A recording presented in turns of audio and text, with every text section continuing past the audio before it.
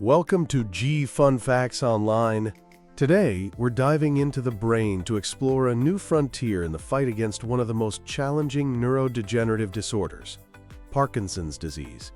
We're going to look at how scientists are moving beyond simply managing symptoms and are now targeting the very mechanisms of the disease itself, using a powerful strategy called enzyme inhibition. Parkinson's is defined by the progressive loss of dopamine-producing neurons in the brain. This dopamine deficiency leads to the classic motor symptoms many of us are familiar with: tremors, stiffness, and a slowness of movement. For years, the main treatment has been a drug called levodopa, which the body converts into dopamine. It helps manage symptoms, but it's not a cure. Over time, its effectiveness can fluctuate, and it can cause debilitating side effects, like involuntary movements. This has pushed researchers to find better, more fundamental ways to intervene. And that brings us to enzymes. Enzymes are the body's tiny biological catalysts, essential for almost every process, including making and breaking down brain chemicals like dopamine. In Parkinson's disease, some of these enzymes become adversaries. Certain enzymes accelerate the breakdown of the already scarce dopamine, while others are directly involved in the processes that kill off neurons. Recognizing these enzymatic culprits has opened the door for a class of drugs called enzyme inhibitors. These are molecules specifically designed to find and block the activity of these harmful enzymes. It's a strategic, targeted approach that represents a paradigm shift, a move towards intervening in the underlying causes of the disease. The idea of inhibiting enzymes in Parkinson's isn't entirely new. Two classes of these drugs, MAO-B inhibitors and COMT inhibitors, have been used for some time, mostly to help levodopa work better.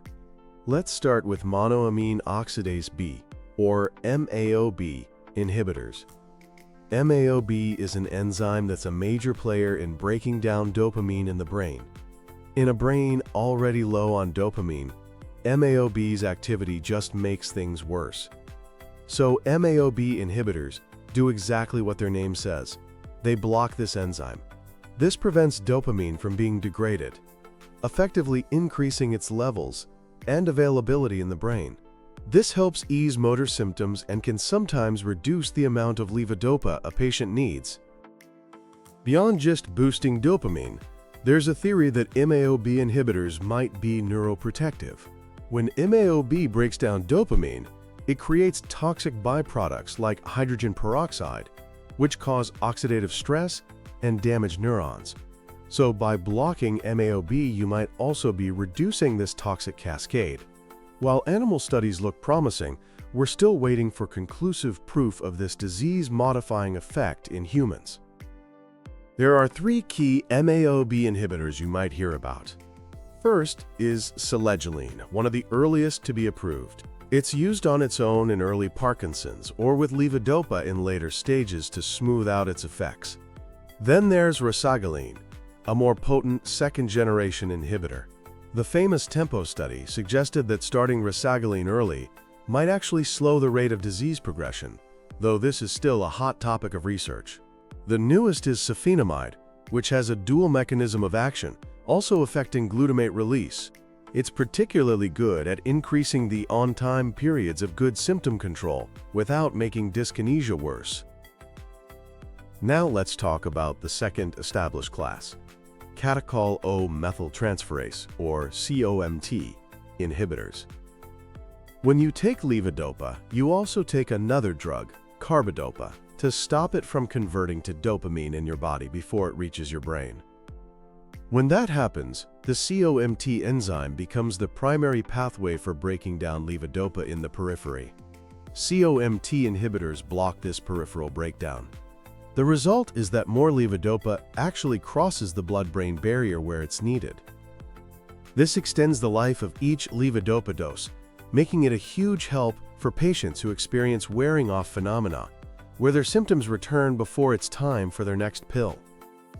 The go-to COMT inhibitor for a long time has been entacapone. You take it with every dose of levodopa. It's effective but can increase levodopa-related side effects and it has a harmless but sometimes surprising side effect of turning urine a reddish-brown color. There was also tolcapone, which is more potent but carries a risk of severe liver toxicity, so its use is heavily restricted. But the most exciting development here is the newest, third-generation drug, opicapone. It's taken just once a day, provides sustained COMT inhibition for 24 hours, and doesn't have the liver toxicity concerns of tolcapone. It's a fantastic new option for managing motor fluctuations. But MAO-B and COMT inhibitors, as valuable as they are, primarily manage symptoms by playing with dopamine levels. The true new frontier is about targeting the pathological core of the disease, the processes that are actually killing the brain cells. This is where we might find truly disease-modifying therapies. One of the most electrifying areas of research focuses on an enzyme called leucine-rich repeat kinase 2, better known as LRRK2, pronounced LRRK2. Mutations in the LRRK2 gene are the most common genetic cause of Parkinson's disease. These mutations create a hyperactive LRRK2 enzyme, a gain-of-function problem.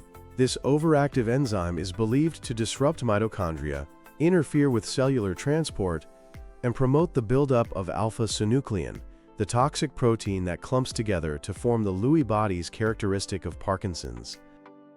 The development of LRRK2 kinase inhibitors, drugs designed to dial down this hyperactivity, has become a major focus.